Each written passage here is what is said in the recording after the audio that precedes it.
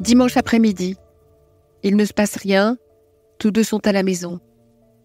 La semaine dernière, il lui a crié des horreurs, comme la semaine d'avant et celle d'avant. Et c'est ainsi depuis des années, depuis 30 ans de vie commune. Il s'emporte de façon imprévisible pour des broutilles, mais pas toujours les mêmes, et au moment les plus inattendus. Ça peut démarrer n'importe quand. Elle est épuisée, il ne se passe rien, c'est dimanche. Pourtant, il peut débouler n'importe quand avec une nouvelle lubie, une nouvelle colère, une nouvelle insulte. Elle écrit un haïku. Dimanche de silence, tu te racles la gorge. J'ai peur. Podcast Story réel. Dans une relation d'emprise, là pour le coup, on y est vraiment. Le prédateur n'a plus rien à faire. C'est un petit business qui marche tout seul. La proie est terrorisée, elle est chargée très probablement d'un syndrome post-traumatique. Donc il suffit de la mettre dans les bonnes conditions pour qu'elle ait peur et qu'elle devienne docile, soumise et prête à prendre n'importe quelle attaque, je dirais avec grâce, en tout cas avec souplesse. Elle est figée dans la terreur en quelque sorte. C'est de ça dont je parle. Je m'appelle Anne-Clotilde Ziegler, je suis psychothérapeute et je reçois très régulièrement à mon cabinet des femmes et des hommes qui sont sous emprise ou qui cherchent à sortir de l'emprise d'un compagnon ou d'une compagne pervers narcissique. Premier exemple, un jeune homme qui était prof de littérature et musicien et qui avait rencontré une jeune femme néerlandaise. Elle venait à Paris ou il allait à Amsterdam, enfin il allait plus souvent à Amsterdam qu'elle ne venait à Paris d'ailleurs. Et un jour, il arrive à Amsterdam, donc après des heures de voyage fatigant, après avoir dépensé le prix du voyage, qui n'est pas exactement un détail, il la retrouve dans un café. Il est évidemment ravi de la rencontrer et elle est distante, un peu froide, c'est très étonnant. Les retrouvailles n'ont pas la chaleur qu'on attendrait. Il lui parle et elle semble ne l'écouter que d'une demi-oreille, elle ne le regarde pas. Parce qu'en fait, elle lorgne à la table à côté où il y a 3 gars qui sont en train de boire des bières et qui, clairement, lui font du charme. À un moment donné, cette jeune femme se lève pour aller fumer une clope. Comme par hasard, les 3 gars font de même et ils discutent en néerlandais en riant. Mon patient, qui ne se sent pas extrêmement confortable avec l'histoire, sort pour prendre sa place, puis pour défendre le territoire, comme il est légitime de faire. Elle ne lui adresse pas un regard, ne lui adresse pas la parole et continue à parler en néerlandais. Donc mon patient commence à se sentir très exaspéré, très humilié et très impatient. Et au moment où ils se retrouvent tous les deux, mon patient explose de colère sur le mode « Pardon, je vais être grossière, est-ce que par hasard tu te foutrais pas de ma gueule ?» Et elle lui répond en prenant le lead, en criant un peu plus fort et en lui disant que sa jalousie est pathologique, qu'il est complètement paranoïaque, que si elle peut plus parler à personne, alors vraiment, etc., etc. Et puis ensuite, elle embraye en queutant ses souffrances d'enfance et le fait qu'elle en a marre de tomber sur des mecs qui la maltraitent, etc., etc., etc. Résultat des courses, c'est mon patient qui se sent fou et, pour le dire en français, merdeux, complètement merdeux. Et il arrive avec ça en séance. Ce qui est à comprendre là, c'est ce qu'elle a fait, elle. Elle a empilé un certain nombre de manipulations. D'abord, elle a fait montre du froid indifférent, souvent très surprenant, notamment chez les personnalités perverses narcissiques, et qui contraste de façon forte avec la pseudo-chaleur et la pseudo-empathie qu'ils savent montrer quand ils font du charme. Ensuite, elle a pratiqué avec lui ce qui s'appelle l'écoute aversive, c'est-à-dire je t'écoute en distillant tous les signaux non-verbaux que vas-y, cause toujours, je ne suis pas avec toi, ce qui est extrêmement désagréable, d'autant que le gars a quand même fait un Paris-Amsterdam pour rencontrer la jeune fille. Puis ensuite, elle s'est comportée comme une goujatte. Et au moment où lui pose des limites et une jalousie tout à fait normale, elle lui fait entendre qu'il est mentalement dérangé. Ça s'appelle le gaslighting, comme la lumière du gaz. Elle se victimise et génère chez mon patient de la culpabilité. Donc quand il revient chez moi, en thérapie, la manœuvre a fonctionné. Il arrive en me disant « Anne, je voudrais aujourd'hui que nous parlions de mon problème de jalousie. » Et il a toutes les peines du monde à entendre que là, sa jalousie est normale et que c'est ce qu'a fait Elke qui ne l'est pas. Un autre exemple qui a l'air minuscule et qui en fait a été très lourd de conséquences, même si la patiente en l'occurrence n'a pas maintenu la relation longtemps. Ma patiente, on va l'appeler Chloé, elle est toute mince, elle est pétillante, c'est un amour de femme. La jolie cinquantaine, joyeuse et charmante. Ma Chloé va sur rencontrons-nous.com, elle fait la connaissance d'un Sylvain qui, sur le papier, est plutôt adorable et charmant. L'affaire se conclut. Sylvain est un peu particulier parce qu'il s'est quand même sur le site rajeuni de 10 ans. Il a omis de dire qu'il fait la taille de Chloé, c'est-à-dire, si mes souvenirs sont bons, 1m63. Ce qui pour un homme n'est pas très grand. Chloé se dit, qu'est-ce que je m'en fiche, si la relation se passe bien, il est petit, et puis il a menti, c'est mignon en fait, il n'y a pas que les filles qui mentent. Bon. Sylvain a une caractéristique particulière, c'est qu'il semble fasciné par les grosses. Lui-même est à la salle de sport tous les jours et il est dans une fascination horrifiée. Chloé ne s'en formalise pas plus que ça, mais elle commence à se dire quand même que c'est bien qu'elle mette du 36. C'est mieux, en fait. Et puis un jour, elle achète un pantalon qu'elle n'essaye pas, cette andouille. Elle l'enfile un matin qu'elle est chez Sylvain et elle a un mal de chien à le fermer. Donc vous savez, ces moments où on se bat avec la fermeture éclair pour essayer de la remonter en espérant que le gras va bien vouloir se mettre dans la bonne place. Donc elle se bat avec le pantalon, c'est assez humiliant en fait.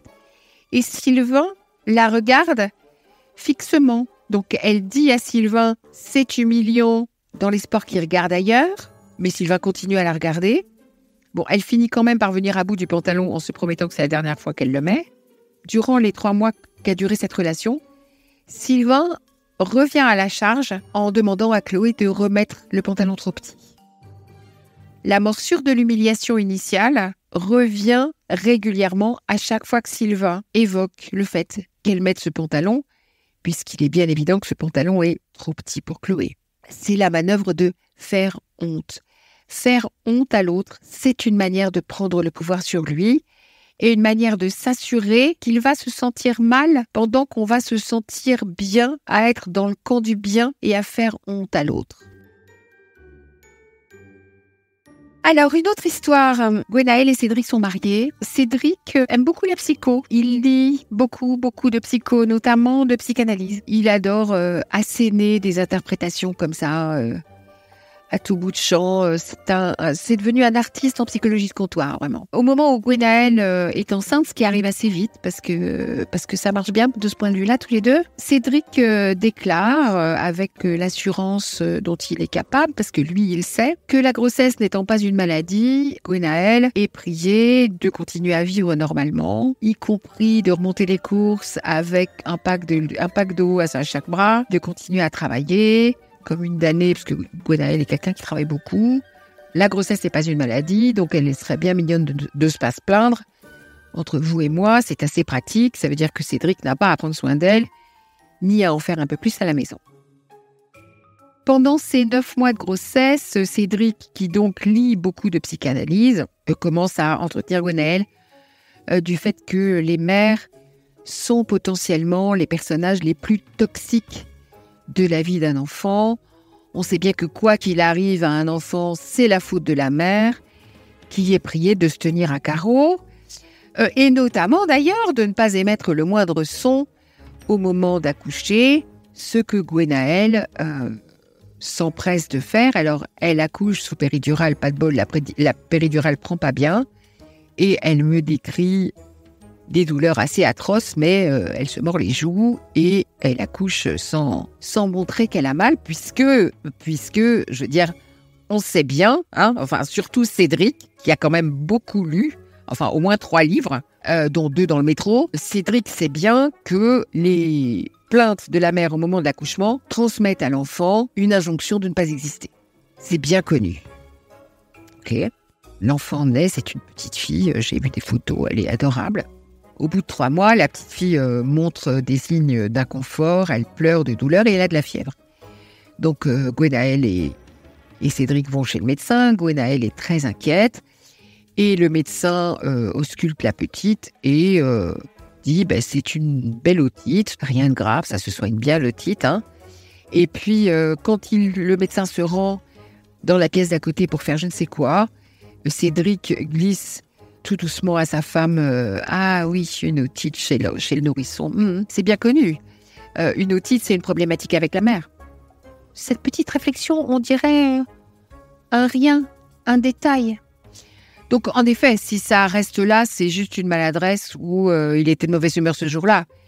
Le problème, c'est que ça s'accumule avec déjà le manque d'empathie pour sa grossesse. On voit bien, sous les accusations et le pseudo-savoir de Cédric, quelle haine il entretient pour les femmes et notamment pour les mères. Les manipulations qu'on peut repérer là sont la dévalorisation, bien évidemment, de la femme et de la mère qui est Gwenaëlle. À nouveau, le gaslighting, et cette fois, je vais expliquer pourquoi le gaslighting s'appelle gaslighting, c'est-à-dire l'effort pour rendre l'autre fou ou l'effort pour faire douter l'autre de sa santé mentale. Et puis, Cédric s'érige en sachant et il possède un savoir qui n'existe pas et que j'appelle savoir pour l'autre. Il y a un petit mème qui se balade sur les réseaux sociaux qui me fait toujours rire, c'est Bob l'éponge qui se fâche et qui dit « J'ai fait des études de psycho, pas de la divination de pensée ». Voilà. C'est-à-dire que même le psy le plus chevronné ne va pas deviner ce qui se passe dans la tête de l'autre. En revanche, le manipulateur fait comme si l'autre lui était transparent. C'est une excellente façon de prendre le pouvoir et il assène des interprétations de psychologie de comptoir qui l'arrangent. Et c'est ce qui se passe dans cet exemple.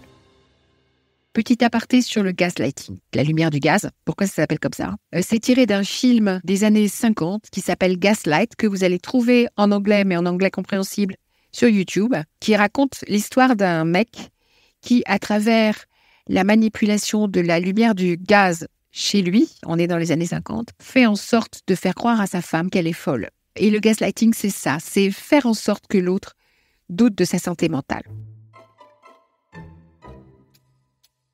Zoé et sa mère. La mère de Zoé l'a eu assez jeune, donc au moment où Zoé me raconte l'histoire, sa mère a une toute petite cinquantaine et Zoé est avec son compagnon Aymeric depuis 3 ans.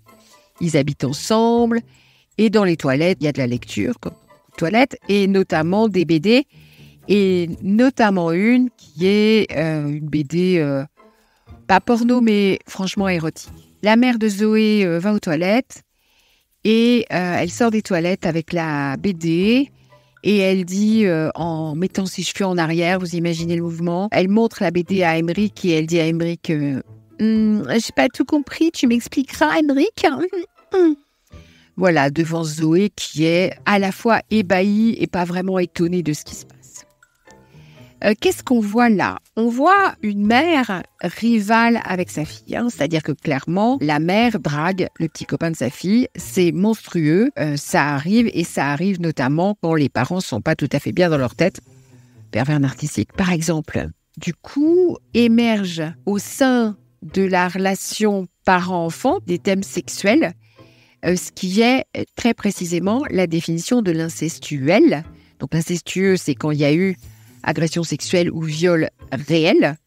L'incestuel, c'est quand aucun geste n'est posé, mais quand l'ambiance est sexualisée, érotisée. C'est cela qui se joue avec la BD. La mère colle au mur et sa fille avec qui elle rentre en rivalité, et son gendre qui doit être bien emmerdé de répondre à belle-maman et de rester poli.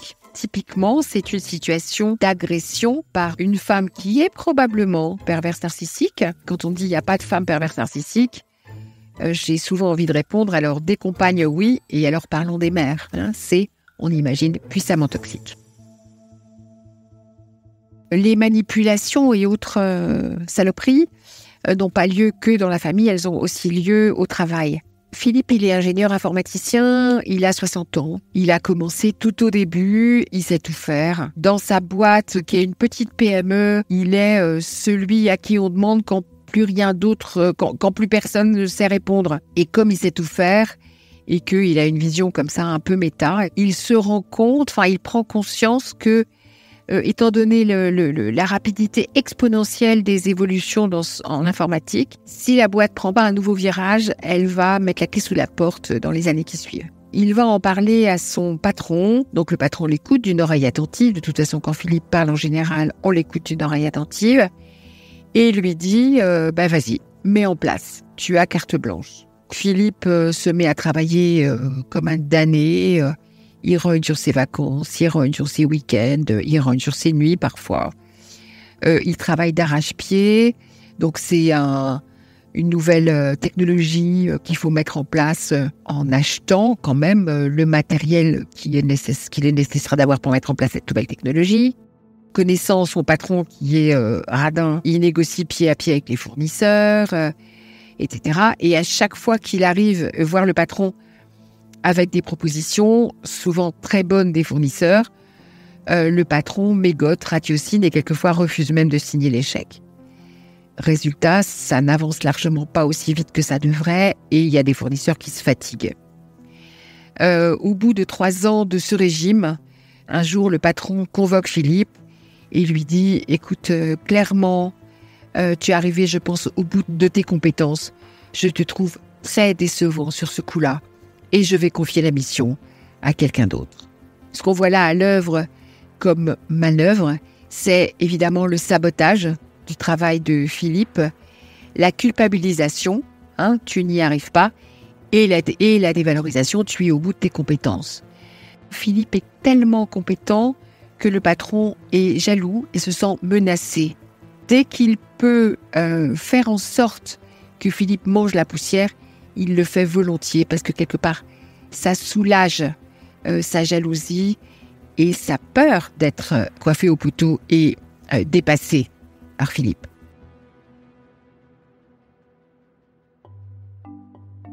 Ça se passe dans un grand restaurant très chic et il y a une chef de rang qu'on va appeler Clémence pour qui c'est très narcissisant précisément de travailler dans cette grande maison et donc c'est comme si ça faisait partie de son identité. Moi je suis chef de rang chez Duchemol et vraiment Duchemol, grand restaurant depuis 1804. Bon.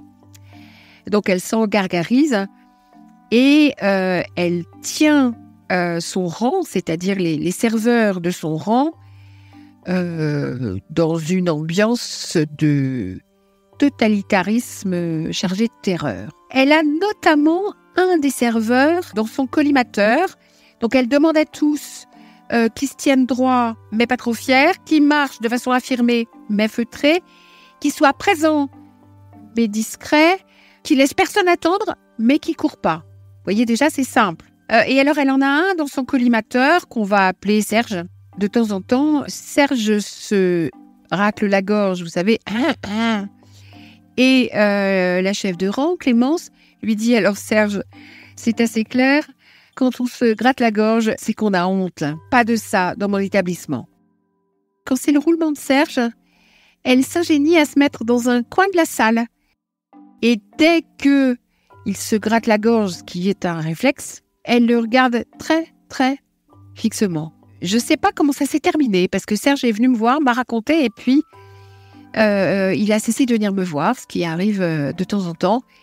Mais j'ai beaucoup craint pour sa santé psychique et même physique, parce que là, c'est un niveau d'agression assez fort, puisqu'on repère donc à nouveau du gaslighting. L'autre, elle sait, elle a fait psychologie deuxième langue. Quand on se gratte la gorge, c'est qu'on a honte, oui, ou qu'on a des mucosités, ou qu'on a un problème de corde vocale, mais ça, c'est pas grave. Son regard est extrêmement intrusif, donc elle pratique l'intrusion. Vous savez, l'œil était dans la tombe et regardait qu'à il n'y a pas moyen d'être tranquille, seul, et de faire tranquillement ce qu'on a à faire. Et puis enfin, elle pratique une saloperie de manipulation qui s'appelle le double lien. Le double lien, c'est le fait de demander à quelqu'un de faire une chose, en même temps de faire son contraire et de ne pas dire ou de ne pas pouvoir dire que les deux ordres sont paradoxaux. L'exemple qu'on cite toujours pour illustrer le double lien, c'est « sois spontané ». Si je t'obéis, je ne suis pas spontanée. Et si je suis spontanée, je t'obéis. Dans tous les cas, je ne peux pas être spontanée. J'ai un petit avertissement à faire pour conclure. On peut tous, par moment, montrer ou faire des trucs qui sont pas clean, qui sont pas chouettes. On peut être de mauvaise humeur, on peut être jaloux au sens de envieux. Le diagnostic est un art qui demande de la nuance. YouTube est plein, hélas, de pseudo-spécialistes qui voient des pervers narcissiques partout et qui malheureusement dévalorisent la notion, la démonétisent, la rendent... C'est tellement général que le premier emmerdeur venu, la première personne qui vous contrarie est perverse narcissique. Non, ça n'est pas vrai. Il faut, pour faire ce diagnostic, que, par exemple, les exemples que j'ai donnés soient, pour la même personne, extrêmement nombreux et que la personne en question ne sache pas faire autrement. Voilà. Ce qui fait la différence entre le normal et le pathologique, c'est la fréquence du comportement déviant et le fait que la personne ne parvienne pas à faire autrement. Attention au diagnostic à l'emporte-pièce, ça n'aide personne. Personne. Le premier des ressorts, c'est comprendre ce qui se joue. Et si ce podcast vous a mis le pied à l'étrier, on aura fait notre boulot. Podcast Story réel. Racontez votre histoire. Ne manquez aucun épisode de Podcast Story. Abonnez-vous et mettez 5 étoiles sur Podcast Addict, Amazon Music ou Spotify.